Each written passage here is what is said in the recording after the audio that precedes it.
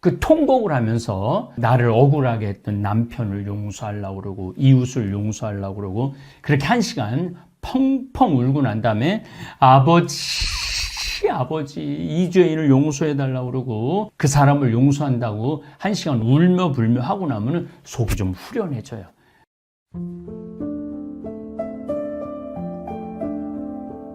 지난 시간에 용서에 대한 이야기를 좀 했습니다. 우리가 인생을 살아가면서 나를 힘들게 하는 사람, 나를 괴롭히는 사람들을 용서하는 게 참 어려워요. 그거 용서할 수 있는 사람이 진짜 용기 있는 사람이죠. 용감한 사람들입니다. 그런데 대개는 나한테 잘못한 사람, 나를 괴롭히는 사람, 나에게 해를 끼치는 사람들한테 응징해 거기에 합당한 벌을 주는 거, 그게 보통 인간의 도리라고 그러긴 좀 그렇고 순리. 보통 중국, 동양에서는 친구를 죽인 원수나 부모를 죽인 원수들, 또 자식을 죽인 원수들이 있다면 반드시 그 원수를 죽여야만이 그게 도리라고 생각을 했죠. 그리고 또 저도 잠비아를 왔다 갔다 하지만은 이쪽 부족에서 이쪽 부족 사람을 1명을 죽이면 이쪽 부족 사람은 2명을 죽여야 돼요. 그게 도리라고 생각을 하는 거예요. 더욱이 남수단 같은 경우는 10명을 죽이면 반대쪽 부족을 20명을 죽이고 이쪽에서 20명을 죽이면 이쪽에서 40명을 죽이고 그런 악순환이 되죠. 그래서 그 폭력의 고리가 끊어지지 않는 거예요. 그런데 예수님께서는 이렇게 말씀을 하십니다. 원수를 사랑하라고. 너에게 죽음을 안겨주는 사람, 그런 사람마저도 용서하라고 이야기를 합니다. 오리를 가자고 그러면 심리를 가지고 왼뺨을 때리면 다른 뺨을 돌려주고 겉옷을 달라고 그러면 속옷까지 내주라는 정말로 받아들이기 힘든 가르침을, 정반대의 가르침을 우리에게 주시죠. 그래서 우리 그리스도인들, 예수님을 믿는 사람들이 굉장히 혼란스럽고 괴로운 거예요. 원수를 죽이는 것도 괴롭고 원수를 용서하는 것도 괴롭고 인간으로 사는 것도 괴로운 게 우리 인생인지도 모릅니다. 그래서 부처님이 생로병사, 이걸 사고라고 그러고 팔고, 미워하는 사람 다시 보는 것도 그것도 고통이라고 그래요. 미워하는 사람 다시 보는 것도 원증회고라고 그러죠. 그 다음에 사랑하는 사람이랑 헤어지는 것도 고통이라고 그래요. 그걸 애별리고라고 그러죠. 오음성고. 그러니까 우리가 눈, 코, 입, 육신을 가지고 받는 유혹들, 뭘 입을까, 뭘 먹을까, 이것도 고통이라고 그래. 구둑불고라고 구하나 얻지 못하는 거. 요즘 아마 이 강의가 나갈 때쯤 되면은 우리나라 국회의원 선거 한참 시작할 거예요. 수많은 사람들이 출마를 하고 국회의원이 되고 싶으나 당선하지 못하는 사람들이 겪는 고통. 그래서 사고팔고라고 그럽니다. 그 중에 원수를 사랑하는 일. 그것도 참 힘든 일이죠. 제가 지금 우리 다볼사이버 교우들하고 우리 유튜브 구독자님들하고 지금 용서, 그 다음 반성을 해야지 용서를 해주죠. 반성을 하지 않는데 용서한다라는 거는 그거는 안 되는 거예요. 반성이 전제돼야지 용서가 가능하죠. 용서를 구하고 난 다음에 그 사람이 이해를 해줘야 돼. 내가 어쩔 수 없이 죄를 짓고 나약한 인간이기 때문에 죄를 지었다는 것을 피해자가 이해를 해줘야 돼요. 이해를 해주고 난 다음에 그 다음에는 화해가 필요한 거예요. 그래서 반성, 용서를 구하고 그 다음에 피해자가 이해를 해주고 그 다음에 서로 화해를 할 수 있는 거예요.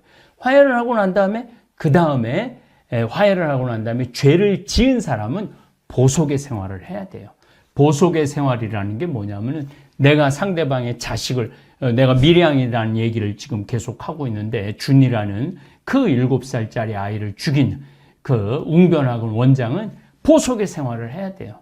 아프리카 가고 봉사활동을 하든지 나 환자들을 위해서 봉사활동을 하든지 자기가 벌은 시간, 재정, 모든 것들을 가난하고 고통받는 사람들을 위해서 보속의 생활을 해야만이 하나의 완벽한 우리 인간으로서의 도리, 순리가 갖춰지는 거 아닌가, 그런 생각을 저는 합니다. 그래서 반성을, 이제 여러분들도 저도 반성해야 돼. 내가 이제까지 50평생, 60평생, 70평생 살아오면서 특별히 인간적인 나약함 때문에, 인간적인 욕심 때문에 내가 잘못한 거 없는가 반성을 하고, 그 다음에 용서를 구해야 돼요.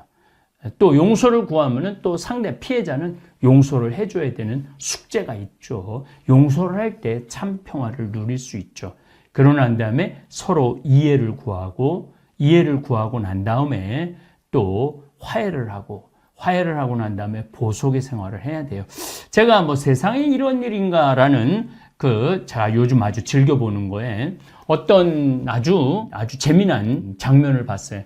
어떤 분이 자기 집에 향이 나는 거야. 향 냄새가. 미칠 정도로. 그래서 거의 막 펑펑 울더라고. 가슴이 답답하다고.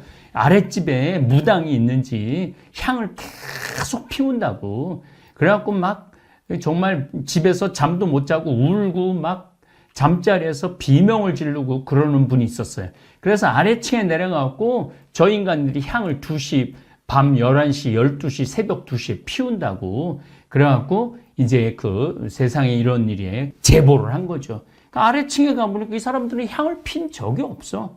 향을 핀 적도 없고 그런 걸 한 적도 없어. 그런데 그냥 죽일 놈, 살릴 놈, 그래가면서 이제 층간 걸로 냄새가 나면 막 이 발을 아래층에 쿵쿵쿵쿵 울려갖고 아래층 사람들도 괴롭힌 거죠.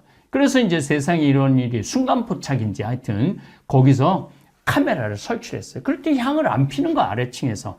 그래갖고 조사를 해보니까 향이 난다는 그 집에 화장품을 선물을 누가 해줬는데 3년 동안 뜯어보지를 않은 거예요. 그게 썩은 거야. 거기서 나는 냄새야. 결국은 뭐예요?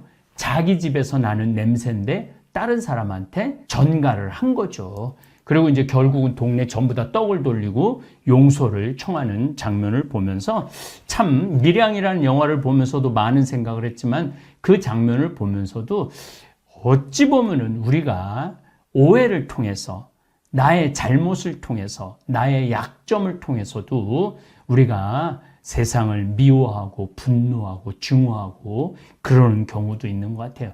그래서 우리가 항상 몸가짐을 조신하게 해야 되고 조심해야 되고 이웃에 대한 말을 할 때 뭐 제가 이제 요 강의 안에서도 한 번 더 남의 눈에 있는 티끌은 보면서 자기 눈에 있는 들보는 못 본다는 마태복음 8장 예수님 말씀을 또 아주 여러분들한테 장황하게 한번 설명을 드리도록 하겠습니다. 우리가 인간은 이 세상을 살아가면서 도저히 용서할 수 없는 고통을 겪는 경우가 많습니다. 특별히 내 사랑하는 가족, 자녀, 아들, 딸, 아내, 부모의 억울한 죽음을 지켜본 사람들은 예수님 아니면 이겨낼 힘이 없기 때문에 예수님에게로 기위하고 용서를 하고 평화를 되찾으려고 노력을 합니다. 뭐 개신교에서 통성 기도할 때 보면은 정말로 통곡을 하면서 나를 억울하게 했던 남편을 용서하려고 그러고 이웃을 용서하려고 그러고 그렇게 1시간 펑펑 울고 난 다음에 아버지 이 죄인을 용서해달라고 그러고 그 사람을 용서한다고 1시간 울며 불며 하고 나면은 속이 좀 후련해져요. 그리고 저도 성령 기도에 많이 강의 다녀봤지만 새벽 1시에 정말 울며 불며 기도하는 그분들 정말 1시간 정도 울며 불며 기도하고 난 다음에 얼굴을 보면 평화를 찾는 모습 볼 수 있어요. 저도 사실 굉장히 참고 사는 스타일이에요. 참고 사는 스타일인데 1년에 한 번 막 쌍욕도 하고 소리도 지르고 막 미친놈이라고 그러고 죽일 놈이라고 그러고 다 나쁘다고 그러고 막 차 안에서 소리 지르고 나면은 한 30분 소리 지르고 나면은 속이 후련하더라고요. 뭐 보는 사람 앞에서는 못 그러지만은 차 안에서는 나 혼자 그럴 수 있으니까 저도 그 짓을 합니다. 그런데 그러고 나면은 속이 후련하더라고요. 어쨌든 예수님 안에서 용서를 하고 나면, 소리를 지르고 나면은, 울고 나면은 평화가 오기도 하죠. 결국 예수님에게로 귀한 시내 전도연은 눈에 넣어도 안 아픈 아들을 죽인 웅변학원 원장을 용서하기로 교도소를 방문합니다. 준의 원장이었던 유괴범은 시내의 예상과는 다르게 너무 통통한 모습, 멀쩡한 모습으로 교도소 면회실에 나타납니다. 그 모습에 당황한 시내는 하느님의 뜻과 자신의 용서에 대한 이야기를 하려고 막 해요. 난 이제 내 아들을 죽인 당신을 용서하러 왔다. 그리고 내가 정말로 신앙, 예수님을 알고부터 당신을 용서할 용기를 얻었다라고 말을 하려고 그럴 때 되려 유괴범이 시내를 위로해요. 전도연을 위로하면서 나는 이미 하나님께 용서를 받아 마음이 편안하다라는 말을 합니다. 아니 시내가 용서하려고 그랬는데 이미 이 사람은 용서받았다고 그래. 미치는 거죠. 자기는 용서받았고 너무너무 행복하다고. 그 말에 충격을 받은 시내는 미치기 시작해요. 내가 용서하기도 전에 내 아들을 죽인 이 웅변학원 원장을 용서하기도 전에 이미 이 살인범은 하느님께 용서받았다고 자신은 행복하다는 이야기를 들을 때 시내는 미치죠. 그래갖고 목사님들 기도할 때 막 설교할 때 거짓말이야 거짓말이야 다 거짓말이야라는 그걸 틀어놔요.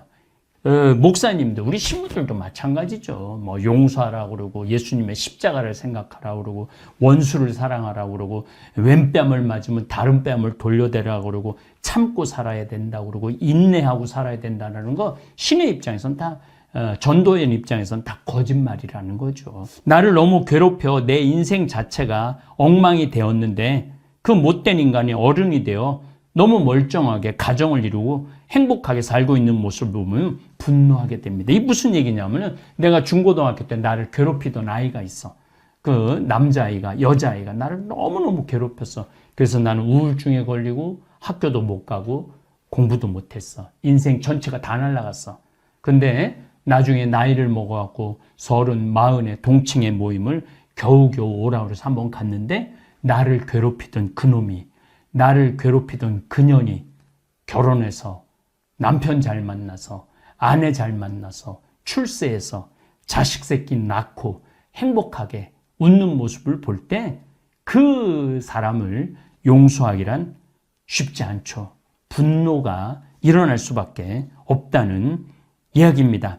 종교를 가진 후 마음의 평화를 얻고 행복하다고 시내는 떠들고 다녔지만 사실은 아들을 잃은 괴로움을 미처 극복하지 못했던 것이죠. 그리고 그 괴로움을 극복하기 위한 유일한 방법은 유괴범을 자기 입으로 직접적으로 용서하는 것이었지만은 자신이 용서하기도 전에 이미 하나님께 용서를 받았다며 편안한 얼굴로 등장하며 그것도 웃는 얼굴로 등장을 하는 유괴범의 모습에 그녀의 거짓과 허위가 또다시 무너지고 맙니다. 사실은 진심으로 용서한 게 아니죠. 진심으로 했던 게 아니죠. 그 종교적인 분위기 또 자기가 편안하려고 했던 것이지 정말 인간의 본질적인 나약함, 인간의 근본적인 것들을 그리고 내 자식을 죽인 사람을 근본적으로 용서하지 못했던 거죠. 우리 인생이 원래 이렇습니다. 저 역시 이제까지 만난 사람 가운데 너무나 상처를 주어 알지 못하는 사람에게 대못을 받고 이렇게 멀쩡하게 살아가는지도 몰라요. 저도 상처 준 사람들, 저 자신이 굉장히 많을 거라고 생각해요. 어떨 때는 제가 그런 생각 들 때도 있어요. 제가 전국적으로 우리 천주교, 다볼 또 유튜브 구독자가 40만 명이나 되면서 사랑을 이야기할 자격이 있는가? 용서를 이야기할 자격이 있는가? 봉사를 이야기할 자격이 있는가? 희생을 이야기할 자격이 있는가? 그런 생각을 하면은 정말로 어떨 땐 끔찍할 때도 있어요. 끔찍할 때도 내가 자격이 없음에도 불구하고 정말 이렇게 위선 속에서 사는 거 아닌가라는 두려움이 저를 감싸기도 합니다. 항상 조심하고 그래서 우리 인간은 조심하고 겸손하고 용서를 청해야 하고 잘난 척, 아는 척, 가진 척 이런 거를 하지 말아야 되는 이유가 바로 여기 있습니다. 여러분들 이제 다음 시간에는 미션이라는 1986년 제가 신학교 3학년 때 개봉한 로버트 드니로, 제레미 아이언스, 리암 니슨. 지금 리암 니슨은 다 늙어갖고 여러 가지 테이큰이라는 1, 2, 3라는 영화를 찍어갖고 유명했지만은 벌써 30년 전, 거의 40년 전 얘기예요. 리암 니슨 주연의 영화 미션. 제 머리에 각인된 명화 가운데 하나입니다. 제가 그때 서울에 가서 신학생 때 영화를 봤는데 그 영화가 끝나고 다 나갔는데 전부 다 앉아서 우는 애들이 있더라고요. 전부 다 신학생들이야. 그걸 보고 신학생들이 수많은 생각을 했죠. 그래서 로드리고라는 한 수사의 어떤 용서, 그 다음에 그 보속의 생활, 그거를 잘 엿볼 수 있었어요.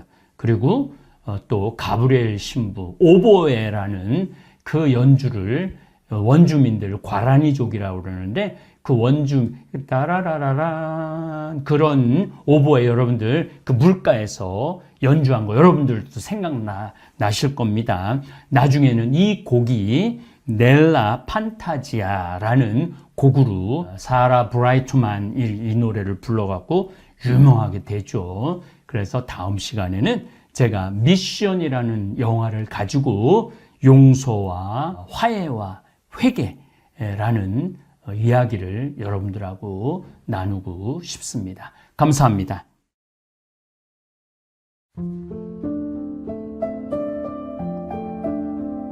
작은 죄들이 모여서 큰 죄가 되듯이 우리 일상의 게으름이 하나님께서 우리 인생이라는 달란트를 주셨는데 어떤 당신의 사랑스러운 아들, 딸들은 5달란트를 불려서 하나님께 드리기도 하고 또 어떤 아들, 딸들은 2달란트를 불려서 당신에게 드리기도 하지만 1달란트를 그대로 땅에 묻어두고 자기의 재능을 개발하지도 않고 쓰지도 않고 묻어둔 게으른 종에게는 당신께서 엄히 꾸짖었듯이 저희들이 이 인생 한 번밖에 없는 소중한 인생, 선물 받은 이 인생 하루하루를 알토란같이 금쪽같이 쓸 수 있는 지혜를 이 시간 함께하여 주소서. 영광이 성부와 성자와 성령께 성부와 성자와 성령의 이름으로 아멘. 참 예수님. 네, 우리가 지난주에 게으름에 대한 얘기를 했어요. 그래서 사람은 부지런해야 돼요. 성실하고 그럴 때 그 부지런함이 쌓여서 나중에 누리는 행복이 큰 행복이 됩니다. 그런데 게으른 데다가 시기심까지 있다. 그럼 이게 참 몹쓸 사람 중에 하나가 일은 안 하면서 남 잘 되는 꼴 못 보는 사람. 이런 사람들 이게 참 문제가 많은 거예요. 여러분들 우리나라 속담에 이런 얘기가 있죠. 사촌이 땅을 사면 축하해줘야지 왜 배가 아파요? 저는 아예 이런 말이 대한민국에 없었으면 좋겠어요. 우리는 이런 말을 해줬으면 좋겠어요. 사촌이 땅을 사면 축하해줘야 된다. 이런 말이 있었으면 좋겠어요. 요즘 중국 사람들이 맨하탄을 다 사요. 맨하탄을. 얼마 전에도 7억 달러짜리 맨하탄 상징 건물 하나 샀다고 그러더라고요. 근데 맨하탄에 건물을 사는데 그렇게 대기업가도 사지만 뉴욕에 사는 중국 사람들 40명이 모여갖고요. 40명이 돈을 모아요. 돈을 모아갖고 건물 하나 사는 거예요. 건물을 사갖고 거기에 이제 새 들어 사는 우리나라 사람들, 무슨 베트남 사람들, 또 멕시코 사람들, 이런 사람들을 어떻게 내보내냐면 세를 전부 다 올려요. 그럼 세를 감당을 못하니까 다 나가잖아요. 그럼 중국 사람들한테 다 주는 거예요. 그래갖고 자기네들끼리 상권을 형성하는 거죠. 그래서 그걸 우리가 화교 그런 지역을 그러잖아요. 차이나타운이라고 그러잖아요. 차이나타운. 중국이요, 여러분들, 해외에 나가 있는 중국 사람들이 3,500만 명이 나가 있대요. 그런데 이 사람들의 자본이 얼마냐면 2조 달러래. 2조 달러. 우리나라가 1년에 수출입 다 합쳐갖고 1조 달러예요. 우리나라 1조 달러. 근데 얘네들 자본이 2조 달러를 어떻게 하느냐면은 자기 본토에다가 다 투자하는 거야. 그러니까 나가 있는 중국 사람들이 본토에 투자하고 또 나가서 자기네들끼리 또 상권을 형성해갖고 돈을 모아갖고 건물을 사고 자기네들끼리 뭉쳐서 사는 거예요. 말레이시아의, 인도네시아의 재정은 70%, 말레이시아도 마찬가지고 중국 사람들이 모든 상권을 다 줘요. 근데 우리나라는 사촌이 땅을 사면 배가 아프다는 이 잘못된 이런 나쁜 이 우리들의 이 속담이라고 그럴 수도 없고 정말 이런 말은 없어야 돼요. 사촌이 땅을 사면 어떻게 해줘야 돼? 축하해줘야죠. 근데 우린 남잘되는 꼴을 못 봐. 누가 좀 조금만 뜨면은 그 사람 그냥 깎아내리기가 바빠. 이래서는요, 이 세계 속에서요, 살아갈 수가 없어요. 개인으로도 불행하지만 국가적으로도 불행하다는 거예요. 중국 사람들보다 더 무서운 사람이 누구냐면 유대인이에요, 유대인. 유대인들은요, 얼마나 무시무시하냐면은, 폴란드에서 사는 유대인, 러시아에서 사는 유대인들이, 여기서는 도저히 못 살겠다. 미국으로 가야 되겠다. 미국에 딱 가면, 공항에 딱 내리면은요, 이민자 협회 회가 있어요. 그래갖고 그 사람을 아파트를 빌려주고 또 취직까지 다 시켜줘요. 그 사람이 일었을 때까지 잘해줘요. 근데 우리나라는 공항에 딱 어리삐리하고 도착하면은 이거 그냥 그 갖고 싸들어온 돈 다 등쳐먹기 바빠. 이게 너무 큰 차이가 나는 거예요. 그러니까 지금 미국의 주요 백화점은 누가 다 쥐고 있냐면 유대인이 다 쥐고 있어요. 유대인이 다 쥐고 있는데 유대인들은 자기 백화점에 입점을 누구 먼저 제일 먼저 받느냐면 유대인이 만드는 물건부터 제일 먼저 받아들여요. 그러니까 얘네들이 잘 살 수밖에 없죠. 그 유대인들이 그래갖고 돈을 모으잖아요. 그럼 자기 돈은 누구한테 맡기냐? 유대인 은행에 갖다 맡겨요. 유대인 은행에 갖다 맡겨요. 무슨 소송이 나오면 누구한테 맡겨? 유대인 변호사한테 맡겨요. 아프잖아요. 누구한테 가요? 유대인 의사한테 가요. 그러니까 이 유대인들은요, 어느 정도냐면은, 이 미국의 부의 한 50%를 유대인이 쥐고 있대요. 그 중에 미국 부자의 30%는 유대인이래요. 철저하게 민족끼리 돕는 거예요. 사촌이 땅을 사면 배가 아픈 게 아니라 사촌이 땅을 살 수 있도록 도와주는 거죠. 시기심이 없는 거죠, 시기심이. 우리 시기심이 너무 많아.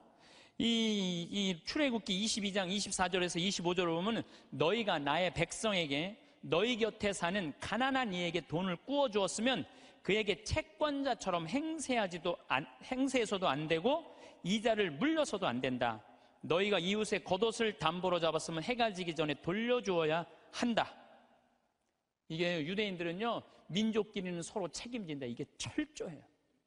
근데 우리나라 사람들은 제가 외국에 나가보면요, 다 개인적으로는 잘 살아요.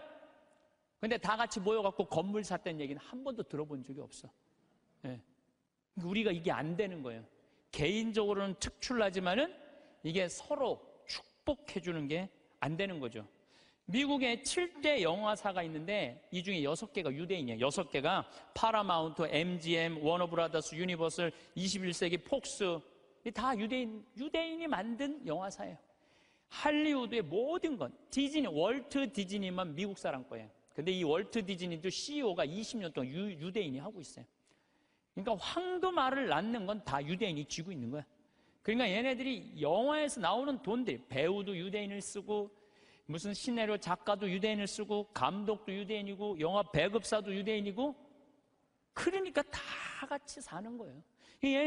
자기네들이 돈이 이렇게 생기잖아요. 그럼 이 돈을 또 미국에 있는 유대인들은 어디다 보내냐? 본토에 보내요. 이스라엘, 팔레스타인 이쪽으로 보내는 거예요. 그러니까 서로 협력해서 사는 거죠. 잘 나가는 사람 시기하면요, 분열이 일어날 수밖에 없어요. 근데 성당에서도 하다못해 주일학교 하나를 운영해도요, 이게 깨지는 경우가 시기심 때문에 깨져요. 시기심 때문에. 성당도 왜 깨져? 전 총회장단하고 후임 총회장들하고 서로 시기심 때문에 성당도 깨지는 거예요. 시기심이 참 많아요. 하나님께서 양을 바친 아벨의 제물은 받고 곡식을 바친 카인의 제물을 받지 않자 어떻게 해요? 카인이 아벨을 죽이잖아요. 시기심 때문에 그러는 거예요. 시기심 때문에. 사무엘 이서의 이 상권의 18장 7절에 보면은 지금 PLO, 이스라엘 맨날 테러하는 걸 PLO라고 그러잖아요. 이게 팔레스타인이에요. 팔레스타인. 근데 옛날에도 2000년 전에도 3000년 전에도 이 성서에는 필리스타인이라고 써 있어요. 필리스타인 있었어요. 얘네들이 맨날 유대인들하고 싸웠어요. 골리앗한테 맨날 그냥 지고. 근데 다윗이 나와갖고 필리스타인, 팔레스타인들을 다 쳐 죽여요.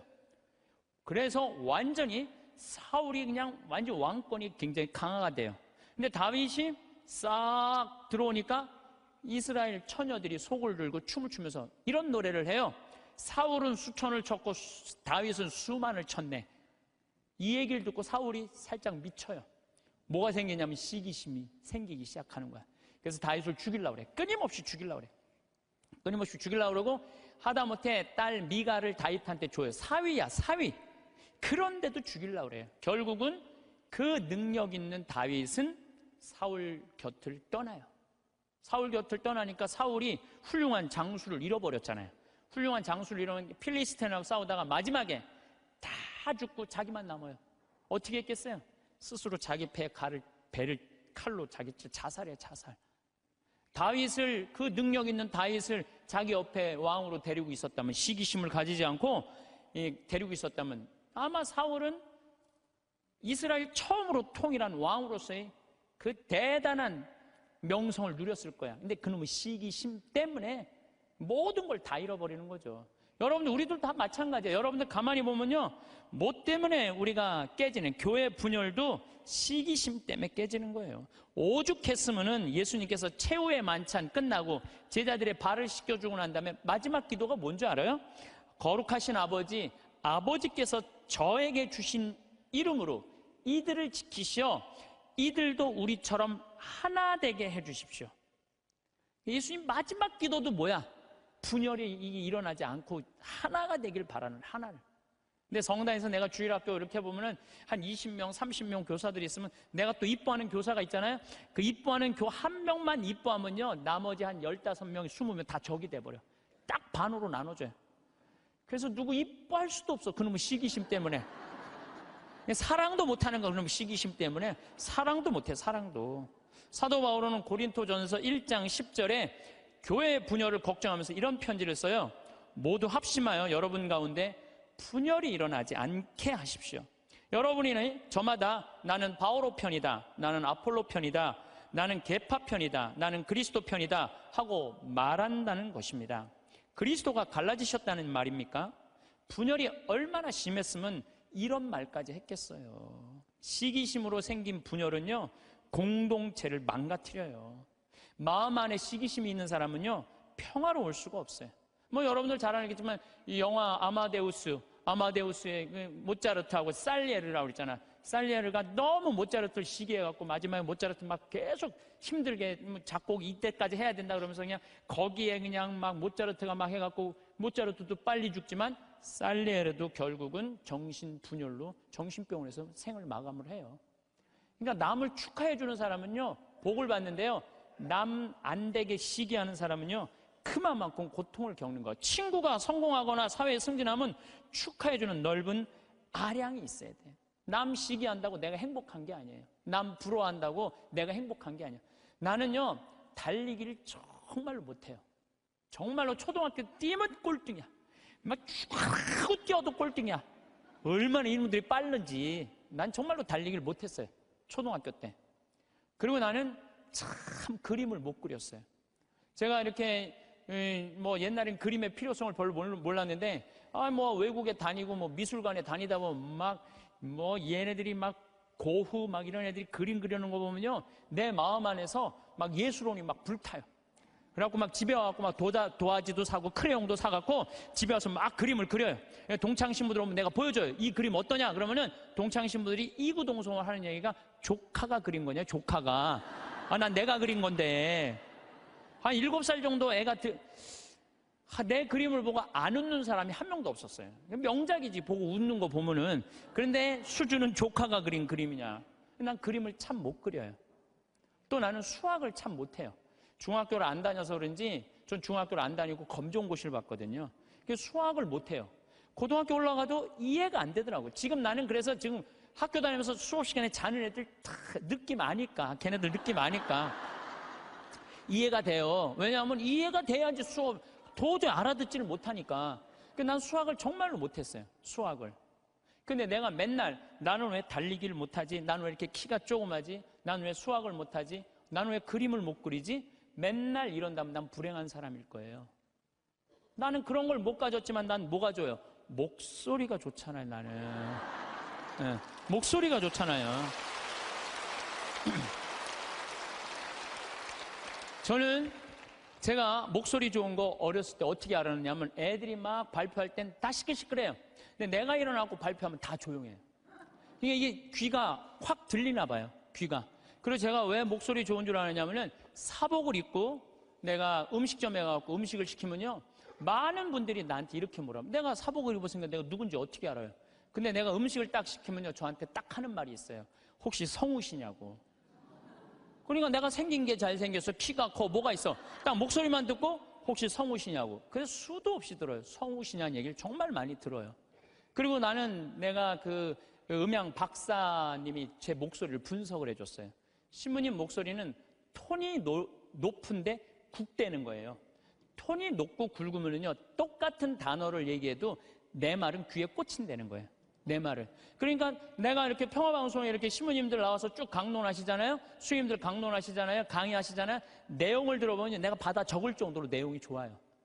근데 그분들한테 단점이 뭐냐면은 예수님께서는 부활하셔갖고 3일 만에 오셔갖고 성령을 보내셔갖고 승천을 뭐 하셔갖고 제자들이 뭐, 그러니까 정말로 듣기 좋은 내용인데 톤이 거의 같고 목소리 톤이 낮기 때문에 집중이 안 되는 거예요. 근데 난 한마디라도 예수님께서 부활하셔갖고 또 다시 오셔서 승천하셔갖고 성령, 그러니까 단어 하나하나가 똑같은 말인데도 목소리 때문에 제가 받는 이득이 너무너무 많아요. 그러니까 저는 중학교, 고등학교 때도 미사 해설하고 독서하고 뭐 신학교 때도 무슨 뭐 세미나 발표하고 이럴 때 제가 목소리 좋은 걸 저 자신도 알아요. 그래갖고 내가 서품 받을 때 난 다른 거 달리기 잘해달라고 나 기도한 적 없어요. 서품 받을 때 띠 잘 뛰게 해달라고 그런 적도 없어요. 나는 누워서 이 재단에 엎드려갖고 주님한테 딱 2가지 부탁했어요. 강론 잘하게 해달라고. 또 하나는 글 잘 쓰게 해달라고. 신부가, 나는 신부 중에 키 큰 신부 별로 소용없다고 생각해요. 아니, 복음 선포하는데 키가 무슨 상관이야. 네. 그리고 난 생긴 것도 그렇게 중요하다고 생각하지 않아요. 제가 그 보좌 신부 때 굉장히 15,000명, 16,000명 본당에 보좌 신부를 했었어요. 그러면은 저 뒤에 있는 분들은 내 얼굴이 안 보여요. 그러니까 미사참여 뒤에 하시는 분들은 끝까지 내 얼굴 몰라, 1년 내내. 근데 그분들이요, 10년 후, 20년 후 와갖고 내 목소리 딱 들으면요, 목소리가 생각이 난다는 거예요. 목소리만 좋으면 됐지, 뭐 키 커서 뭐해. 그렇지 않아요? 그러니까 과연 내가 받은 게 뭘까? 내가 받은 게 뭘까? 여기 계신 분들 하느님께서 하나씩 다 주셨어요. 다 주셨어요. 신부님, 전 받은 게 정말 아무것도 없는 것 같은데요. 밥 잘하는 것도 재능이에요. 밥 잘하는 것도. 나는 우리 이 주방장님, 우리 생태마을의 주방장님 있는데 정말로 음식을 맛있게 해요. 그러니까 그냥 최고의 주방장이 되는 거잖아요. 얼마나 청소 잘하는 것도 나는 재능이라고 생각해요. 정리 정돈 잘하는 사람. 우리 조카가 얼마 전에 여자 조카랑 밥을 먹는데 자기가 대학 다닐 때 고등학교 졸업하자마자 빌딩 청소한 사람이 있어요. 1,000억을 넘게 벌었대요. 자기는 항상 정리하는 걸 너무너무 좋아했대요. 빌딩을 정리하고 나면 기분이 너무너무 좋다는 거예요. 그래갖고 그렇게 해서 자기가 1,000억이 넘는, 그러니까 우리가요, 여러분들 자녀들 가운데 너무 비교하면 안 돼요. 우리 애가 너는 왜 수학경시대 1등을 못 해왔냐? 너는 왜 사법고시 합격을 못 해왔냐? 왜 달리기 잘하는 애가 왜 수학경시대 1등을 해야 돼? 달리기만 잘하면 되지. 그렇지 않아요? 여러분, 유현진 선수한테 지금 사법고시 합격해오라고 그러면 유현진 선수 사법고시 합격해올 수 있어요? 유현진 선수 뭘 잘해? 공 잘 던지나요? 하나만 잘하면 돼요. 또 지금 사법고시 합격한 애한테 너 메이저리그 갖고 공 던지라 메이저리그 입구에도 못 가요. 사람이요 다. 그러니까 제가 생각하기는 지 멋이 없어서 그래. 지 멋대로 살 줄 알아야 돼. 자기 생긴 대로 살 줄 알아야지. 그리고 거기다가 남을 축복해 줄 수 있는 마음을 가지고 있는 사람들은요 진짜 행복한 사람이에요. 진짜 행복한 사람. 그래서 저는 제가 뭐 키도 안 크고 힘도 안 세고 몸도 조그맣고 뭐 이래도요 나는 내가 받은 게 뭔지 너무너무 잘 알아요. 난 내가 받은 게 목소리라는 생각 정말 하나님한테 감사해요. 난 어머니한테 정말 감사해요. 어머니 나 이렇게 조그맣게 낳아줘서 목소리 좋게 낳아주셔서 너무너무 감사하다고.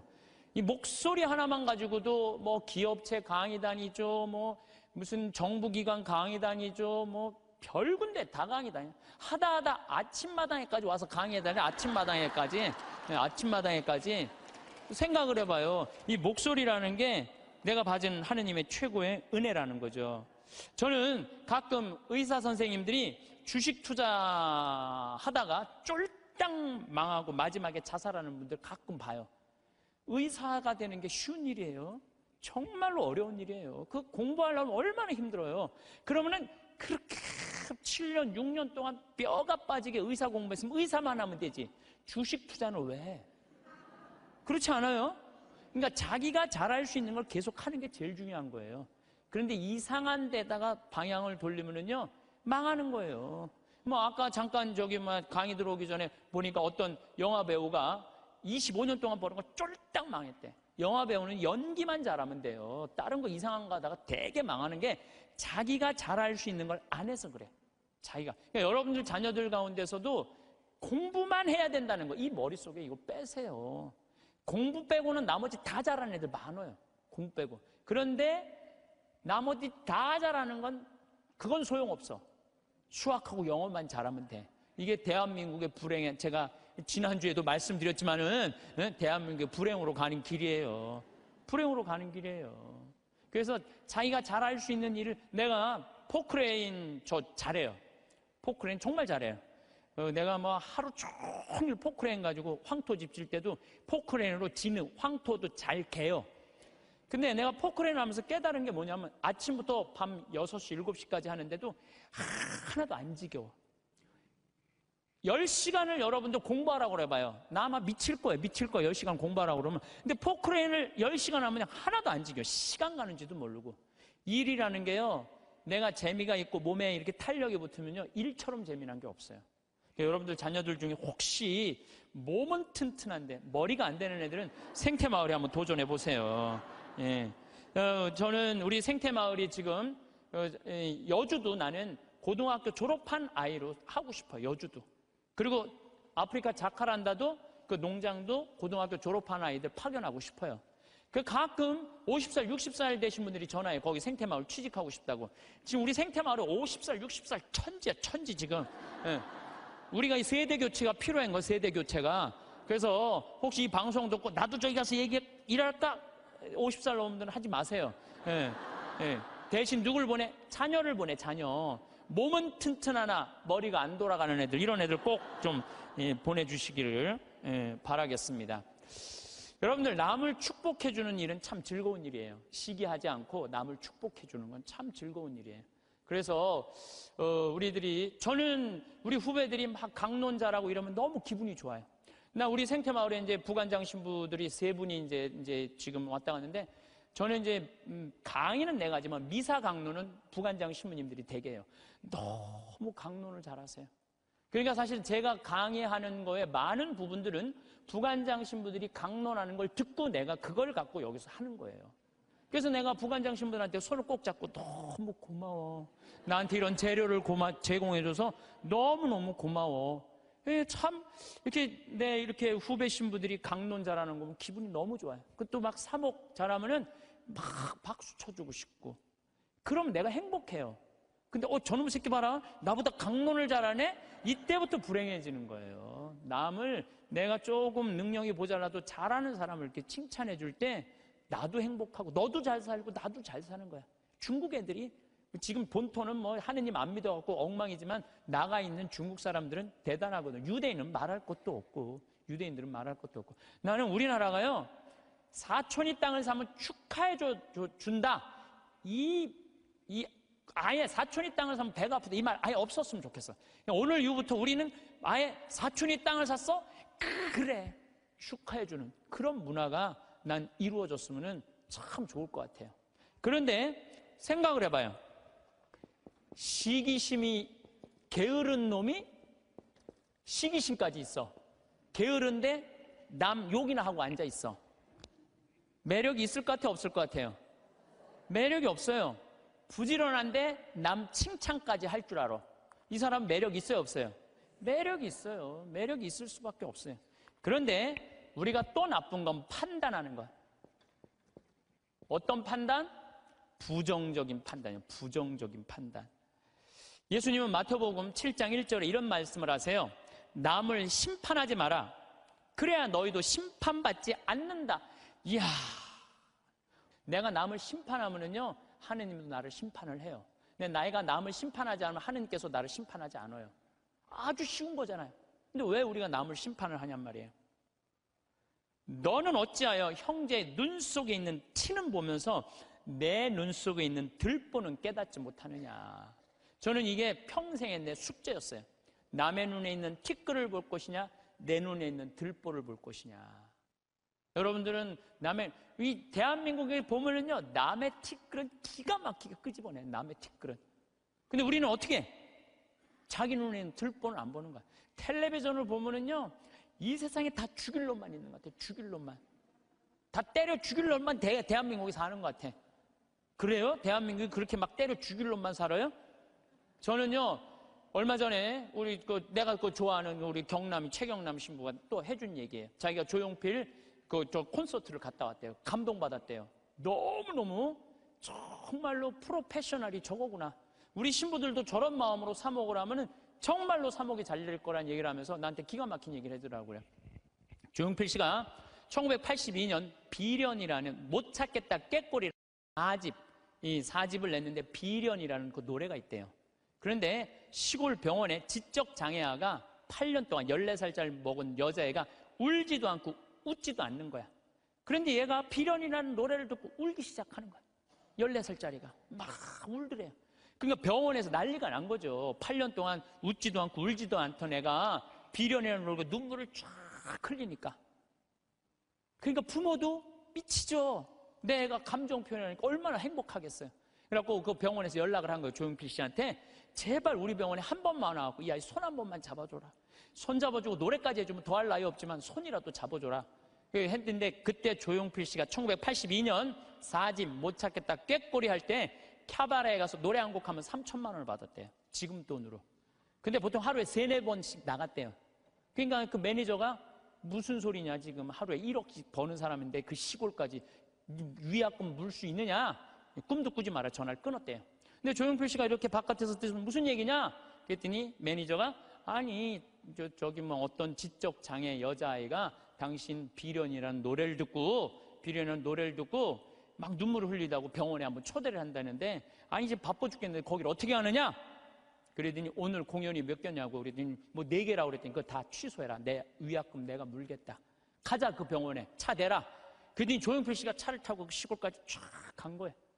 갔는데 얘를 딱 봤는데 얘가 뭐 조용필이 누군지 어떻게 알아요?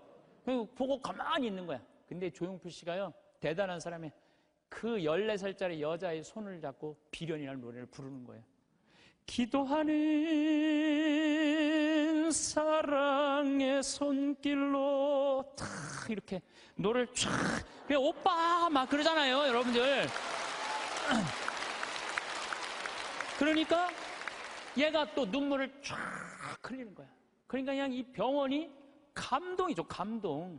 그리고 이 조용필 씨는 그걸 보고 갔어요. 부모님이 너무 감동받아서 우리가 조금이라도 사례를 할 테니까 통장 번호를 알려달라고 그랬더니 조용필 씨가 한 말이 전 정말 기가 막힌 말이에요. 나는 오늘 저 아이의 눈물을 통해서 이제까지 받은 모든 돈, 앞으로 받을 돈 모든 것보다 비싼 보상을 받았다.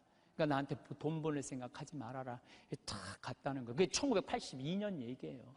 그래서 물론 내가 조용필 씨가 훌륭하다는 건 알았지만 그 다음에 내가 조용필 씨 뒷조사를 쫙 해봤어요.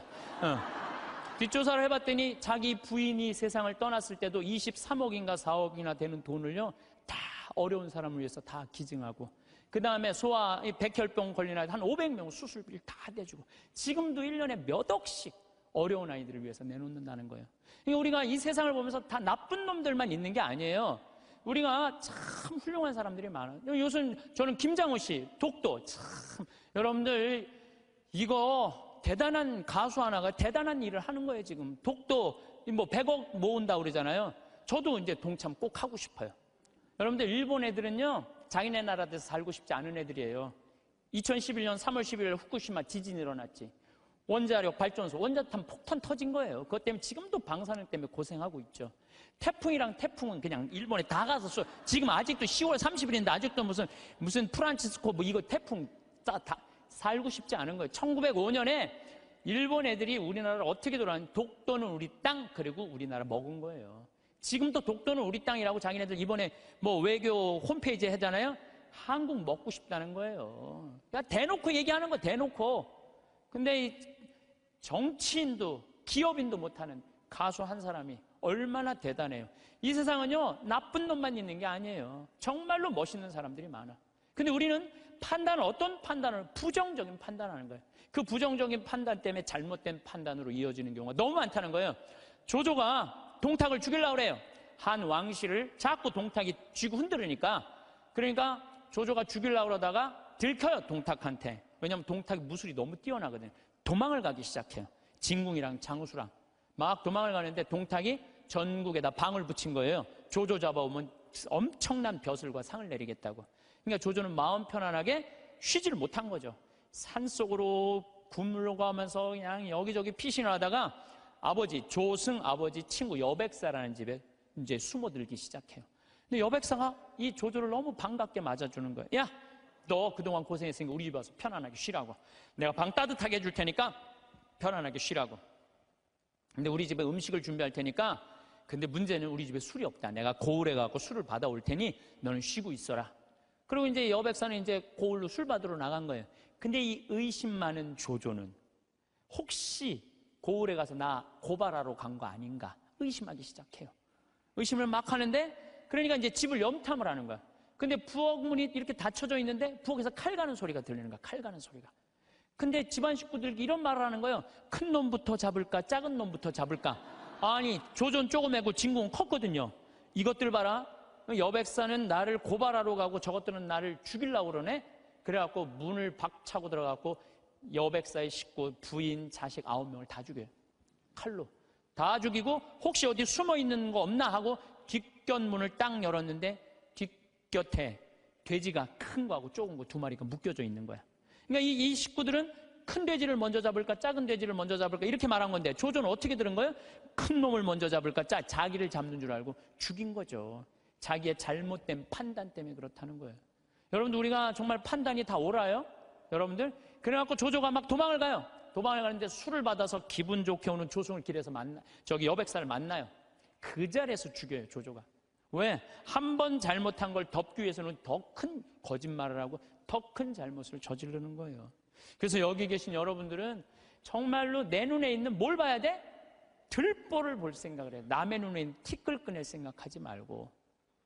나는 이 성서 예수님이 참, 예수님 말씀마다 정말 묵상하면 정말 깜짝깜짝 놀랄 말씀 정말 많아요. 이게 소크라테스가 너 자신을 알라 그 얘기하고 똑같잖아요. 그렇죠?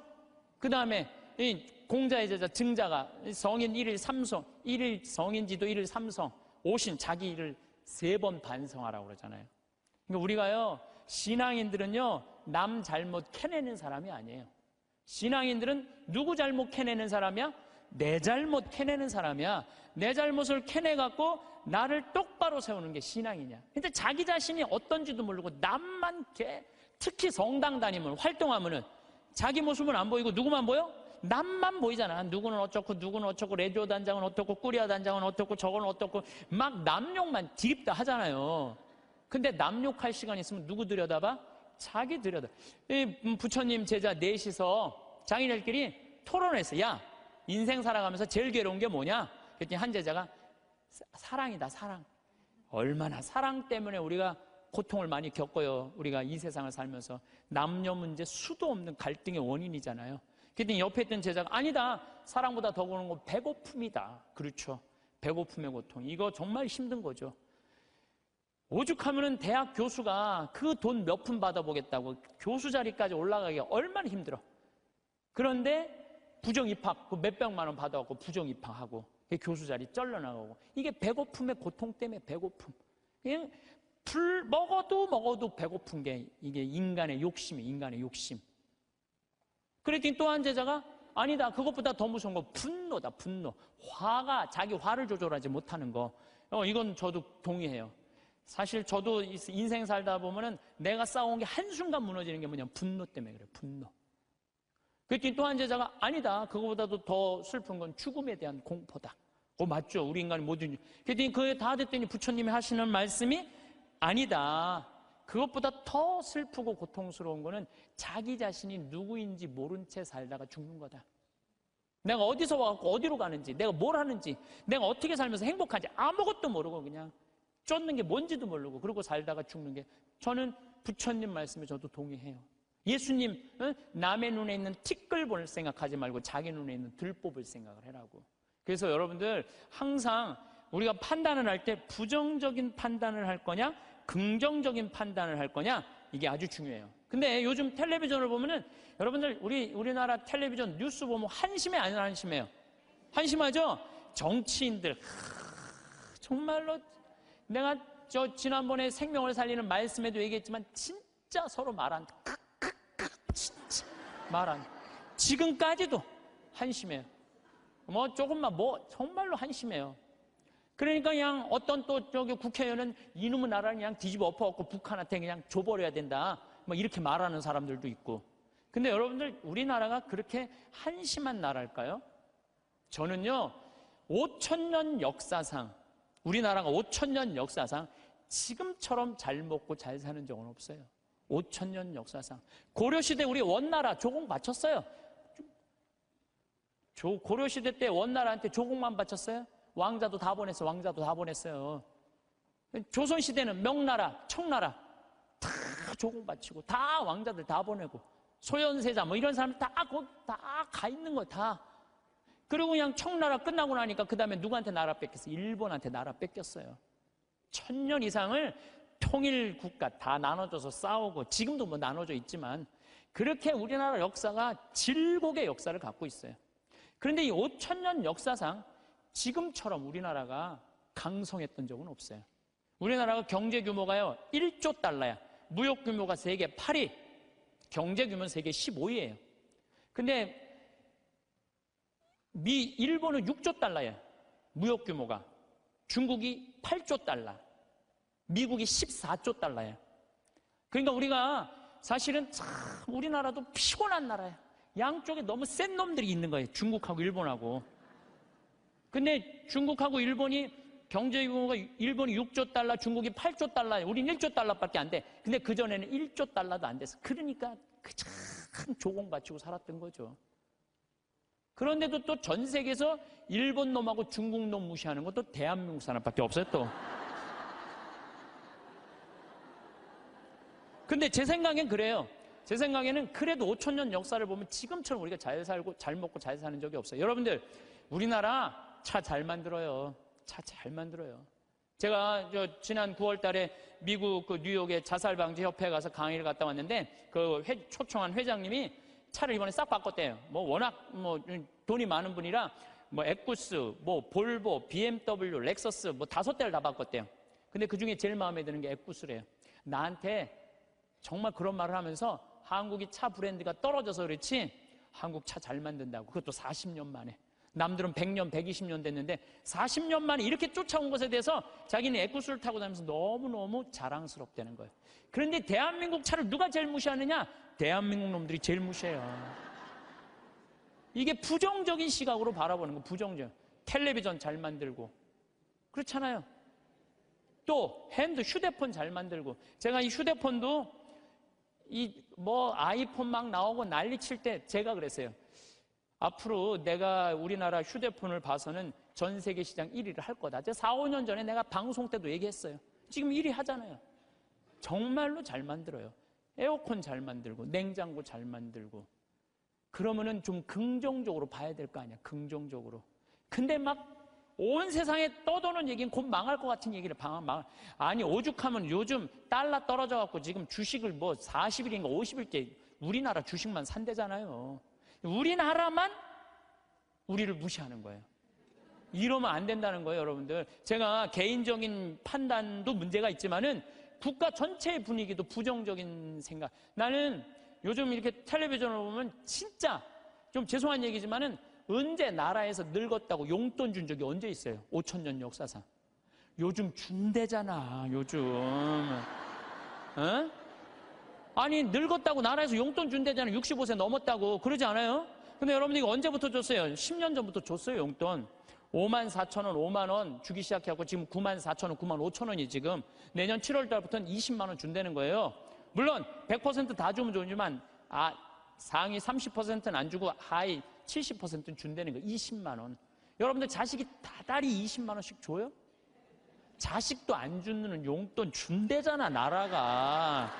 에? 그러니까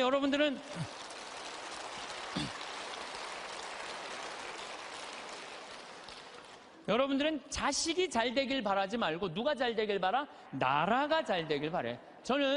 제가 장담합니다. 앞으로 우리나라가 3만 달러, 4만 달러 넘었으면은요, 여러분들 65세 넘은 분들 30만 원, 50만 원, 60만 원 다 넘어가요, 용돈. 그렇게 주게 돼 있어요. 그러니까 여러분들은 우리나라가 긍정적인 마음으로 정말 나라가 융성할 수 있는 그런 마음으로 나라가 잘 되길 바라야 되는데, 우리는 입만 열면 조금 있으면 망해야 된다고, 조금 있으면 망해야 된다고 이렇게 말하면은요, 그래서 그게 개인적으로나 국가적이나 사회적이나 부정적인 눈으로 세상을 보면 안 돼요. 우리 생태마을에 주창덕 씨라고 북에서 넘어온 탈북자가 한 명이 일을 하고 있어요. 근데 이분이 진짜 그 함경북도에서 살다가 지금 55인가 이쯤 나이가 됐는데, 북의 얘기를 들어주면요, 우리 직원들은요 다 뒤로 넘어가는 일이 너무너무 많아요. 이 사람들은요 쌀 구경한 적 없대요. 밀가루도 구경한 적 없대요. 제가 제일 놀라운 건 뭐냐면은 북한 사람들 밀가루 먹고 사는 줄 알았더니 밀가루는 1년에 2번 나온대요. 2번. 그리고 강냉이 죽만 먹고 산대요. 그럼 밀가루를 가지고 수제비를 만들어 먹으면 그게 얼마나 고소한지 모른대요. 그건 뭐 농약을 쳐야지 뭐 맛이 이상할 거 아니야. 농약 칠 돈이 있어야지 농약을 칠 거 아니에요.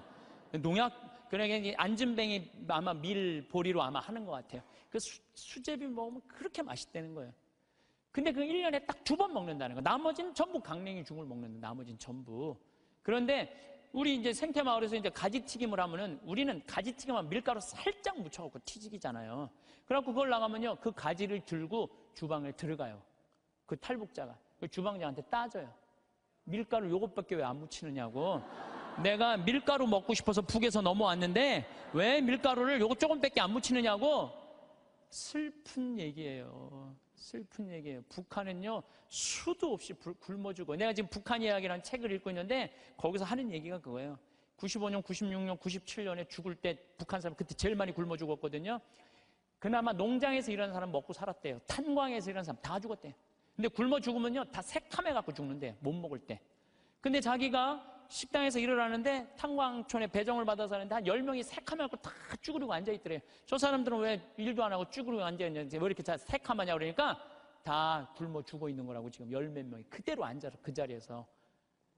참, 북한 얼마 전에 뭐 6명 넘어갔던 분들 다시 한국으로 보냈잖아요. 그분들 내가 쭉 읽어봤어요. 북한 가면 어떻게 대우할 줄 알고. 아파도 병원 한번 가본 적도 없고 그냥 고통이란 고통을 다 겪고 그리고 온 거예요.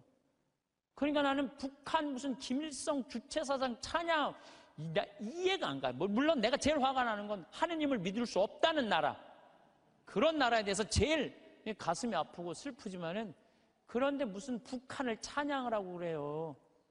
국민들은 다 굶어 죽어 하는데, 에? 그냥 여기 뭐 대통령이라는 그 수령, 우리 또 얼마나 웃기냐면 우리 직원들은 김정은이가 말이야 백성들 굶어 죽이고 그러면요 그 사람이 딱 일어나고 김정은이가 뭡니까? 위대하신 수령아바이 김정은이죠. 또 이렇게 얘기를 해요. 그럼 우리 직원들이 그래. 위대하긴 개뿔 뭐가 있냐. 국민들 다 굶어 중에 뭐가 위대하냐고. 그러면은 그분이 그래. 그건 또 맞는 말입니다. 또 이런다. 근데 더 슬픈 건 뭐냐면은 이분이 왜 탈북을 했느냐면 자기 딸하고 같이 해서 딸은 지금 간호학과 대학을 다니고 있는데 자기 아들이 관절염이었대요. 부인은 심장병이고 그거 고치고 싶어서 탈북을 한 거예요. 그래갖고 이제 돈을 이제 우리 생태마을에 이제 돈을 조금씩 좀 모아갖고 좀만 기다리면은 자기 가서 데리고 올 텐데 안 기다린 거야. 이 아들하고 부인이 이번 여름에 압록강을 건넌 거예요. 압록강을 건넜는데 기다렸는데 연변에서 만나는 사람이 못 만났다고 전화가 온 거예요. 아니 그냥 우리 생태마을에서 저녁에 밥을 먹으면 얼굴이 하얘갖고 아주 이만 다 죽어가더라고. 그래서 내가 물어봤어. 왜 그러느냐고 뭐 주창덕 형제. 그랬더니 하는 말이 아니 북에서는 건너갔다는 소식이 왔는데 연변에서 못 만났다는 거예요. 그래서 내가 비행기표 끊어주고 돈 주고 가서 찾아와 봐라. 자식 아들하고 부인 소식을 모르니까 일이 손에 잡히겠어요? 찾아와 봐라. 그래갖고 갔다 왔는데 결국은 못 찾고 자기만 넘어가다가 죽은 거죠. 물에 빠져서 압록강 죽은 거예요. 여러분들 지금 대한민국 사람들은요 호강에 요강을 타고 있는 거예요. 지금 여러분들이 남한에 태어난 게 얼마나 정말로 감사한 거예요. 지금 북한에 그래도 지금 신앙을 하는 게 1%도 된대요. 숨어서 신앙생활하는 비율이 1%가 된다는 거. 우리 천주교하고 개신교하고 있다는 거예요. 지금도 그들이 정말로 마음 편안하게 하느님께 찬양 드리고 영광 드릴 수 있는 거 통일이 돼야 돼요. 뭐 여러 가지 이유로도 통일이 돼야 되지만은 그 안에 이 정말로 신앙의 빛을 전해줄 수 있는 통일이 돼야 되는 거예요. 우리 이 대한민국은 이렇게 보면은요 참 부정적인 시각이 너무 많은 것 같아요. 여러분들 정말로 한국은요 정말로 행복한 나라예요. 정말로. 요즘 나는 한국에 이렇게 외모로 평가하는 경향이 참 많아요. 잘생기면 다 오케이야. 키 크면 다 좋고. 뭐 남자는 키가 커야 돼. 키가 키 개뿔 뭐 키가 크 뭐가 좋아요. 이 기장 옷 저기 막 기지나 많이 들어가지. 키 큰 게 뭐가 좋아. 그냥 이쁘면 다 용서해. 이쁘면 다 용서해. 이쁘면 다 용서해. 그래서 가끔 이렇게 말하는 사람들이 있어요. 내가 사람 하나 제대로 볼 줄 안다. 척 보면 안다. 그게 여러분들 자기 발목을 잡는 거예요. 뭐 확실한 얘기는 아니라고 그러지만 떠도난 얘기에 이제 하버드 대학에 스탠포드 부부가 가갖고 허름한 옷을 입고 스탠포드 부부가 가갖고 하버드 대학 총장실에 가갖고 나 좀 여기 아들이 죽었거든요. 16세 하버드대 다니다가. 그래갖고 나 여기 좀 기증하고 싶다. 좀 총장을 만나게 해주라. 너무 허름하니까 이 수위가 당신 같은 사람이 뭘 기증하냐? 안 만나게 해줘요. 그래갖고 이 사람이 이 샌프란시스코 사람인데 아주 철도로 돈을 버는 사람이야. 아니 저 하버드 대학에서 우리 돈을 기증을 안 받느니 차라리 우리가 그냥 여기다가 대학을 하자. 그래갖고 생긴 대학이 스탠포드 대학이라는 거예요. 지난번에 산호세 강의 갔을 때도 스탠포드 대학을 지나가 봤는데 어마어마하게 전왔더라고. 대학이 아니라 거의 뭐 궁전같이 전왔더라고요. 그래서 그 하버드 정문에는 이런 말이 써 있대요. 사람을 외모로 판단하지 말라라는 글귀가 있대요. 예. 죄로 가는 길은 내 눈에 있는 들보 볼 생각은 안 하고 남의 눈에 있는 티끌 끄집어낸 이런 사람들이 죄로 가는 거예요. 그러니까 여러분들 남 판단하지 마세요. 남 평가하지도 마시고 남 비난하지도 말고 판단하고 난 다음에 비난하지도 말고 똥 묻은 겨 묻은 겨 비웃는다는 그런 우리 속담도 있듯이 자신의 잘못된 점을 되돌아보는 일이 우리가 중요한 거예요. 특히 신앙인들은 남 누구 어떻고 이거는요 이 사도 바오로가 남을 해치는 말은 입 밖에도 내지 말라고 그러잖아요. 남을 해치는 말은. 근데 우리가 그냥 이게 몸에 배 있어. 남한테 흠이 되는 말 한마디를 해더라도 우리가 정말로 이거 조심하고 두려워해야 되는데 이게 안 되는 거야. 생각을 해봐요. 게으른 데다가 시기심까지 있는데도 판단을 부정적으로 해. 이 사람 이거 쓸 데가 있는 사람이야, 쓸 데가 없는 사람이야. 쓸모가 없는 사람이야. 여러분들 뒤집어서 이렇게 생각해봐요. 성실하고 남 칭찬할 줄 알고 긍정적으로 모든 세상을 바라볼 줄 아는 사람. 이런 사람 죄 질 것 같아, 안 질 것 같아요? 죄 안 져요. 이 작은 것들이 모여서 큰 죄가 되는 거예요. 작은 것들이 모여갖고 큰 죄가 되는 거예요. 그래서 저는 우리 교우들이 살면서 항상 긍정의 에너지가 사람을 사랑하고 칭찬해주고 평생의 설계가 돼 있는 그런 분들이 됐으면 좋겠어요. 나머지 또 이어서 우리가 정말로 죄로 가는 길은 욕심이에요. 욕심. 욕심은 다음 시간에 이어서 하도록 하겠습니다.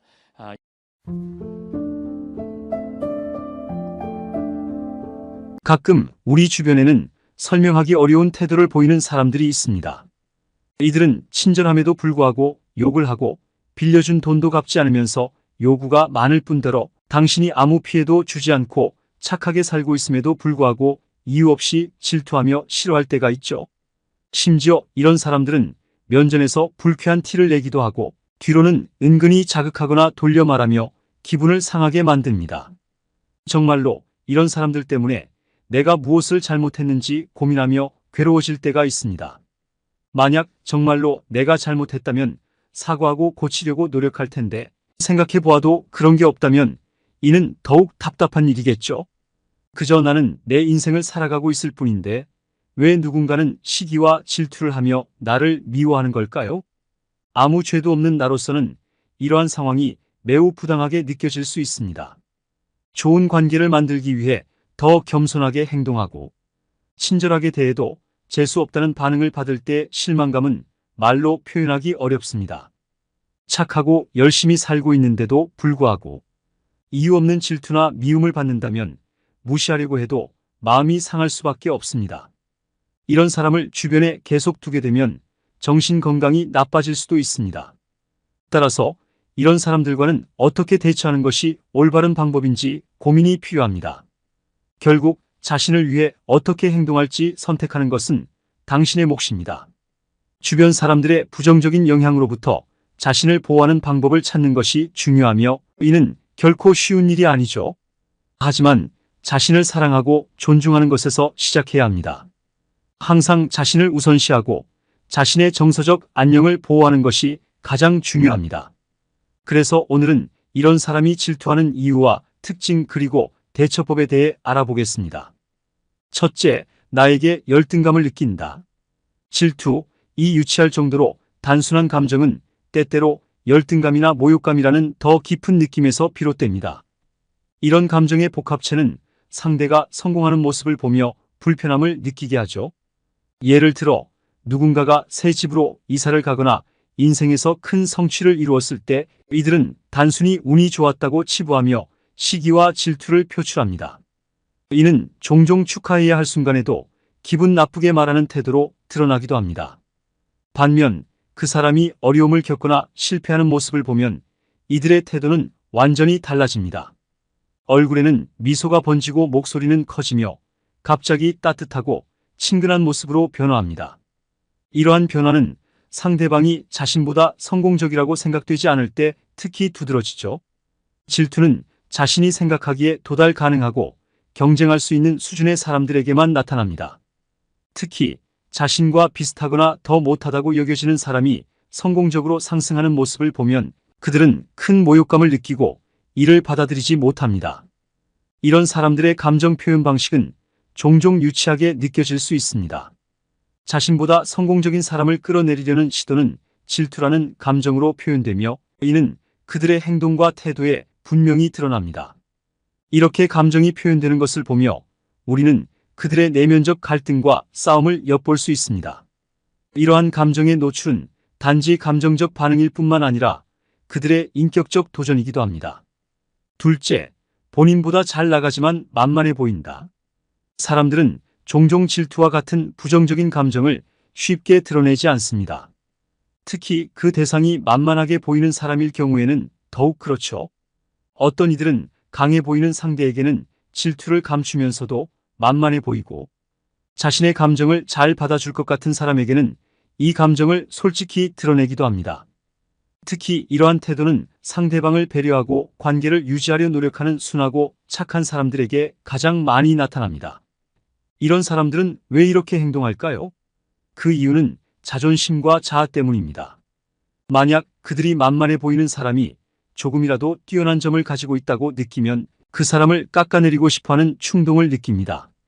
이런 행동은 상대방이 아무것도 하지 않았음에도 불구하고 자신의 자존감이 떨어지는 것을 경험할 때 발생합니다. 이들은 자신의 감정을 이유 없이 표출하며 때로는 말도 안 되는 이유로 상대방을 질투하기도 합니다.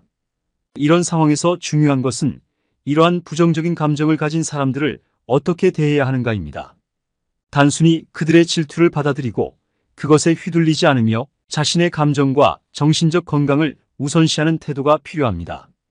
부정적인 감정을 가진 사람들과의 관계는 때때로 힘들 수 있지만 그들의 행동을 이해하고 적절히 대처하는 것이 중요합니다. 이러한 이해는 감정적으로 건강한 인간관계를 유지하는 데 도움이 될 것입니다. 셋째, 정신이 불안하다. 인간은 자신이 세상의 중심인 것처럼 느낄 때가 많습니다. 그러나 현실은 그렇게 돌아가지 않죠. 타인이 성공하거나 좋은 일이 생기면 이를 자신의 불행과 비교하며 불안감과 질투를 느끼는 경우가 있습니다. 이러한 감정은 마치 자신이 받아야 할 사랑과 칭찬, 기회들이 누군가에 의해 빼앗기는 것처럼 느껴질 때 더욱 심해집니다. 사람들은 자신보다 잘 나가는 이들을 보며 그들이 자신의 몫까지 차지하는 것 같다고 생각하며 불쾌해합니다. 하지만 자신의 욕망과 이익을 최우선으로 생각하는 이 자기 중심적인 시각은 사실 많은 갈등과 고통의 근원입니다. 이런 감정이 자연스러울 수 있지만 그것을 다른 사람을 향한 비난이나 공공연한 질투로 표현하는 것은 바람직하지 않습니다. 지나치게 자기 중심적인 사고는 불안과 질투만을 증폭시키고 결국엔 주변 사람들과의 관계를 악화시킬 뿐입니다. 더 나은 관점은 다른 사람의 성공을 자신의 손해나 실패로 여기지 않는 것입니다. 오히려 그 성공이 우리 모두에게 긍정적인 영향을 미칠 수 있다는 사실을 인정하는 것이죠. 타인의 성공을 기쁘게 생각하고 그로 인해 영감을 받아 자신도 발전할 수 있는 기회로 삼는 것. 이것이 바람직한 태도입니다. 이렇게 함으로써 우리는 자기 중심적인 사고를 넘어서 서로를 지지하고 성장하는 공동체의 일원이 될 수 있습니다. 이러한 변화는 각자에게 새로운 기회를 열어주고 더욱 건강하고 긍정적인 인간관계를 만드는 데 기여할 것입니다. 나를 질투하는 사람의 특징. 첫째, 가치 있는 다른 사람을 과할 정도로 칭찬한다. 때로는 우리가 무언가를 잘해내도 주위에서는 그 노력을 마치 들으라는 듯 다른 사람에게 더 큰 칭찬을 하기도 합니다. 같은 일을 했음에도 불구하고 타인이 받는 칭찬은 과장되어 마치 그 사람도 얼굴이 붉어질 정도일 때 우리는 스스로를 소외감을 느끼게 됩니다. 이런 상황은 마치 내가 아무리 잘해도 그건 큰일이 아니야라는 메시지를 받는 것 같죠. 이러한 행위는 질투를 단순한 조언이나 충고로 포장하려는 시도일 수 있습니다. 하지만 실제로는 이러한 비교가 우리의 동기를 깎아내리고 결국에는 아무런 긍정적인 효과도 가져오지 않습니다. 다른 사람을 과하게 칭찬하는 것이 마치 자신은 칭찬받을 가치가 없다는 신호처럼 느껴질 수 있으며 이는 곧 그 사람의 싫어하는 마음이 많다는 것을 나타내는 행동으로 해석될 수 있습니다. 질투는 때로 과열된 감정으로 나타나며 이는 상대방의 성취를 인정하는 데 실패하고 불필요한 부정적인 감정으로 이어지기도 합니다. 이런 태도는 대인 관계에서 많은 어려움을 유발할 수 있으며 각자의 성과를 공평하게 인정하고 존중하는 것이 훨씬 더 건강한 관계를 만드는 길입니다. 때로는 이런 상황을 목격하거나 경험할 때 우리 자신의 가치를 재확인하고 다른 사람의 과한 칭찬에 휘둘리지 않는 내적 강함을 유지하는 것이 중요합니다. 이렇게 하면 우리는 더욱 단단해질 수 있습니다. 둘째, 은근히 무시하거나 빈정대다. 어떤 이들은 자신의 질투를 숨기려 하지만 그 과정에서 미묘하게 타인을 무시하거나 빈정대는 태도를 보이기도 합니다. 그들은 질투하는 감정을 드러내지 않으려 하지만 말과 행동을 자세히 들여다보면 그 속에 숨겨진 의도를 읽을 수 있습니다. 이들은 티를 내지 않으려 하지만 상대방이 이를 느끼지 못할 리 없죠. 이런 행동에 분노를 표하면 그들은 상대방을 좁은 마음을 가진 사람으로 몰아가며 사과 같지 않은 사과로 상황을 모면하려 합니다. 종종 이런 유치한 방식으로 질투나 싫어하는 감정을 표현하며 이는 사실상 상대방을 조롱하는 것과 다름없습니다. 진정한 농담이나 유머는 사람들을 즐겁게 해야 하지만 상대방이 싫어하는 경우에는 그것이 농담이 아니게 됩니다. 예의를 지키는 것이 중요합니다. 또한 이들은 축하할 일이 있을 때도 진심으로 대하지 못하고 때로는 길을 가다가도 모르는 척하며 잘된 일에 대해 은근히 기분 나쁘게 칭찬하는 식으로 감정을 상하게 할 때도 있습니다. 상대방이 보지 않는 곳에서는 비겁하게 험담을 하기도 합니다. 이러한 행동은 자신의 부족함을 다른 사람에게 전가하려는 인간의 경향에서 비롯됩니다. 결국 이는 상대방과의 관계를 악화시키고 상대에게 상처를 주는 결과를 낳습니다. 이런 사람들의 인간관계는 계속해서 좋지 못할 수밖에 없으며 그들은 이러한 부정적인 사이클을 질투로 풀려고 할 것입니다. 이러한 현실을 이해하면서 우리는 이러한 행동을 보이는 사람들을 다루는데 더 지혜로워질 수 있습니다. 셋째, 나를 이기는 것에 기뻐한다. 일상에서 경쟁 상대가 아니라고 여겨지는 사람들에게도 누군가를 이겼을 때 크게 기뻐하고 신이 난 듯이 행동하는 사람들이 있습니다. 이런 행동은 단순히 자신의 발전이나 성장으로 인한 기쁨이 아닌 상대방을 이겨야 할 대상으로 보고 있었다는 신호일 수 있습니다. 이러한 사고방식은 상대방과의 친밀한 관계를 깨고 경쟁의 대상으로만 보게 만듭니다. 질투심이 많은 사람들은 상대방보다 사소한 것 하나라도 더 잘하면 이를 크게 과시하며 기뻐합니다. 이는 단지 경쟁에서 이기고 싶은 강한 욕구에서 비롯된 것으로 이겨야 한다는 생각에 사로잡혀 심지어 사소한 것까지도 승리를 쟁취하려 합니다. 이런 행동은 인간관계에 긴장을 불러일으키며 상대방을 불편하게 하고 관계를 악화시킬 수 있습니다. 따라서 이기는 것에 신이 나는 것보다는 함께 성장하고 발전하는 관계를 유지하는 것이 중요합니다. 상대방과의 관계에서 경쟁을 줄이고 서로를 지지하고 격려하는 긍정적인 방향으로 나아가는 것이 모두에게 이익이 됩니다. 이렇게 함으로써 우리는 보다 건강하고 행복한 인간관계를 만들어갈 수 있습니다. 시기와 질투가 일상인 사람을 올바르게 대처하는 방법. 첫째, 자기 발전을 위한 에너지로 사용해라. 누군가 나를 질투한다면 그것을 고통의 원인으로 여기지 말고 오히려 긍정적인 방식으로 해석해 보세요. 아, 나는 상대방이 질투할 만큼 잘하고 있구나라고 생각하는 것입니다. 이런 마인드셋은 자신감을 높이고 당신이 하고 있는 일에 더욱 집중할 수 있게 만들어줍니다. 상대방의 질투를 나의 성공과 능력의 방증으로 여기면 이는 오히려 동기부여가 되고 자신에게 긍정적인 영향을 줄 수 있습니다. 상대의 질투에 신경 쓰느라 현재 진행 중인 일을 멈추지 마세요. 타인의 부정적인 감정은 나의 성장과 성공을 더욱 확실하게 증명하는 것입니다. 만약 지금 누군가가 당신을 질투한다면 그것은 당신이 올바른 길을 걷고 있다는 신호일 수 있습니다. 이를 계기로 더욱 발전하고 성장하며 자신의 길을 묵묵히 걸어가세요.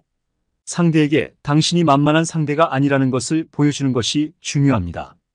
이렇게 긍정적인 접근은 당신을 더욱 강하고 탄탄한 인물로 만들어줄 것입니다. 둘째, 상대에게 내가 만만한 사람이 아니란 것을 보여줘라. 사이좋게 지내려는 노력이 진심으로 통하는 경우도 있지만 실제로는 그렇지 않은 경우가 더 많을 수 있습니다. 자신보다 뛰어나 보이는 사람이 겸손하고 착한 모습까지 보이면 이것이 오히려 불편하게 여겨지고 질투의 원인이 되기도 합니다. 이러한 상황에서 너무 부드럽게 굴면 상대방이 이를 약점으로 보고 더욱 만만하게 여길 수 있습니다. 친절과 존중은 모두에게 무조건적으로 동등하게 제공될 필요는 없습니다. 때로는 상대방의 무례함에 대해 단호하게 대응하며 더 이상 친절을 베풀거나 예의를 차릴 필요가 없음을 분명히 표현하는 것이 적절할 수 있습니다. 이러한 태도는 상대방에게 당신을 쉽게 대하지 못하게 만들고 더욱 존중받을 수 있는 입장을 확립하는 데 도움이 됩니다. 상황에 따라서는 냉정한 태도를 유지하거나 침묵을 선택하는 것이 유익할 수 있습니다. 이러한 접근은 상대방이 당신을 만만한 상대로 보지 않게 하며 불필요한 갈등을 예방하는 방법이 될 수 있습니다. 때로는 웃으며 겸손하게 대응하는 것이 오히려 상황을 악화시킬 수 있으므로 강하게 나서서 분위기를 확고하게 관리하는 것이 필요합니다. 이는 장기적으로 더 나은 결과를 가져올 수 있으며 관계를 건강하게 유지하는 데 중요한 역할을 합니다. 셋째, 상대방에게 직접적으로 확인하는 것이 있다. 상황이 그렇게 되어 비아냥거리거나 비난하는 사람과 계속 마주쳐야 한다면 자신을 쉽게 대하지 못하는 상대임을 명확히 보여주는 것이 중요합니다. 비난하는 사람들의 주된 약점 중 하나는 진정으로 솔직한 의사소통을 하지 못한다는 점입니다. 이들은 대개 직접적으로 문제를 제기하기보다는 유치하게 티를 내거나 간접적인 방법으로 자신의 불만을 표현합니다. 이러한 상황에서 가장 효과적인 대응 방법은 상대를 비난으로 맞서지 않는 것입니다. 대신 상대방의 의도를 직접적으로 묻는 것이 좋습니다. 정말로 하고 싶은 말이 있다면 구체적으로 말해주세요 라고 요청함으로써 상대방이 무엇을 생각하고 있는지 정확하게 표현하도록 유도할 수 있습니다. 이런 접근은 상대방에게 명확성을 요구하고 동시에 당신이 쉽게 다룰 수 있는 사람이 아님을 보여줍니다. 이러한 행동은 당신이 더 존중받을 자격이 있음을 상대방에게 상기시켜 줄 것이며 직접적이고 솔직한 의사소통을 장려함으로써 건강한 대화 문화를 형성하는 데 기여할 수 있습니다. 이는 결국 상호 존중의 분위기를 조성하고 불필요한 오해나 갈등을 줄이는 데 도움이 될 것입니다. 넷째, 남에게 기대지 말고 조용히 힘을 길러라. 자신만의 힘을 키우고 홀로 서는 것은 남의 질투나 미움에 흔들리지 않는 강력한 방법입니다. 스스로를 계속 발전시키며 인생의 주도권을 확실히 잡게 되면 주변의 부정적인 사람들은 점점 당신의 삶에서 영향력을 잃어갑니다. 그들은 당신에게 접근할 수조차 없는 눈에 띄지 않는 존재가 되죠. 질투나 시기가 나에게 닿지 않게 되면 그들의 부정적인 감정은 단지 자기들만의 열등감이 섞인 불만으로 남게 됩니다. 이러한 변화를 위해 스스로의 내면을 다지는 것이 중요합니다. 누구의 시선에도 흔들리지 않고 자신의 길을 걷는 것, 그것이 진정한 자립입니다. 자신의 힘을 조용히 키우며 타인의 영향에서 벗어나는 것은 결코 쉽지 않은 일이지만 이 길을 통해 당신은 진정한 자유와 독립을 얻게 됩니다. 이는 단지 자신감을 넘어서 자신의 인생을 스스로 통제하고 방향을 잡는 데 있어 필수적인 과정입니다. 따라서 타인의 질투나 미움에 휩쓸리지 않고 자신만의 길을 가는 것은 자신의 가치와 가능성을 최대한 발휘하는 방법 중 하나입니다. 이 과정에서 스스로를 계속해서 성장시키고 자신에게 집중하는 것이 중요하며 이는 결국 더욱 강하고 독립적인 개인으로 성장하는 길을 열어줄 것입니다. 다섯째, 쓸데없이 반응하지 말고 무시하라. 실제로 자신이 실수하거나 남에게 피해를 주고 있지 않다면 타인의 질투에 굳이 신경 쓸 필요는 없습니다. 이는 상대방에게 문제가 있음을 의미하며 그 문제를 당신이 해결할 필요는 없습니다. 상대의 질투가 당신의 에너지를 소모하는 일이 되지 않도록 주의하세요. 당신의 정직하고 떳떳한 삶이 질투를 불러일으킬지라도 그 부담은 당신이 지지 않아도 됩니다. 그들의 질투는 그들 자신의 문제이고 이를 해결하지 못하는 것이 그들의 가장 큰 문제입니다. 우리는 단지 우리의 삶에 충실하며 살아가면 됩니다. 타인의 질투를 의식하지 않고 살아간다면 그것은 그저 그들의 무의미한 시도일 뿐입니다. 당신의 소중한 시간과 에너지를 이런 일에 낭비할 필요는 없습니다. 삶은 전적으로 당신의 것이며 타인의 질투 또한 오롯이 그들의 것입니다. 이 원칙은 변하지 않으며 어떤 상황에서도 기억해야 합니다. 다른 사람의 질투가 결코 당신의 삶을 방해할 수 없도록 자신을 보호하고 자신의 길을 걸으세요. 이렇게 하면 진정으로 자유롭고 행복한 삶을 누릴 수 있습니다. 마지막 여섯 번째, 거리를 둔다. 때로는 특정한 사람들과 굳이 어울릴 필요가 없습니다. 이런 사람들과의 만남을 최대한 피하는 것이 오히려 건강한 정신 상태를 유지하는 데 도움이 될 수 있습니다. 모든 이에게 친절하게 미소를 지을 필요는 없으며 만약 만나야 한다면 대화는 최소화하고 업무적인 관계만 유지하는 것이 좋습니다. 실제로 우리 주변에는 정말 좋은 사람들이 많습니다. 이런 사람들과 시간을 더 많이 보내며 그들과의 관계를 깊게 하는 것이 중요합니다. 지지해주고 긍정적인 영향을 미치는 사람들과 함께하면 우리의 삶은 훨씬 더 풍부하고 만족스러워집니다. 쓸데없이 에너지를 소모하는 인간관계에 얽매이지 말고 주변의 좋은 사람들과의 관계를 소중히 여기며 그들과의 소중한 시간을 즐기세요. 우리의 삶은 짧고 소중합니다. 이 짧은 시간을 가치 있는 사람들과 함께 보내는 것은 우리의 삶을 풍요롭게 하고 매일을 더욱 의미 있게 만들어 줄 것입니다. 이런 접근은 우리가 일상에서 직면하는 다양한 도전과 부정적인 상황들에 대해 더 강하고 긍정적으로 대처할 수 있도록 도와줍니다. 오늘은 주변에서 흔히 볼 수 있는 이유 없이 질투하는 사람들에 대해 이야기해 보았습니다. 우리 모두의 삶 속에는 이런 사람이 적어도 한 명씩은 있을 텐데요. 그들의 행동 이유와 특징, 그리고 그에 대응하는 방법을 살펴보았습니다. 이런 상황에 처했을 때 우리는 자연스럽게 위안을 받고 싶어 합니다. 하지만 진정 중요한 것은 남에게 기대기보다는 스스로의 힘을 길러서 다른 사람의 영향력에 흔들리지 않는 것입니다. 이번 내용이 여러분에게 조금이나마 도움이 되었다면 주변 사람들과 공유해 보세요. 함께 이야기를 나누며 우리 모두가 조금 더 단단해질 수 있습니다. 여러분의 소중한 삶이 남의 질투나 부정적인 감정에 영향받지 않도록 오늘 배운 내용을 일상에서 실천해 보시기 바랍니다.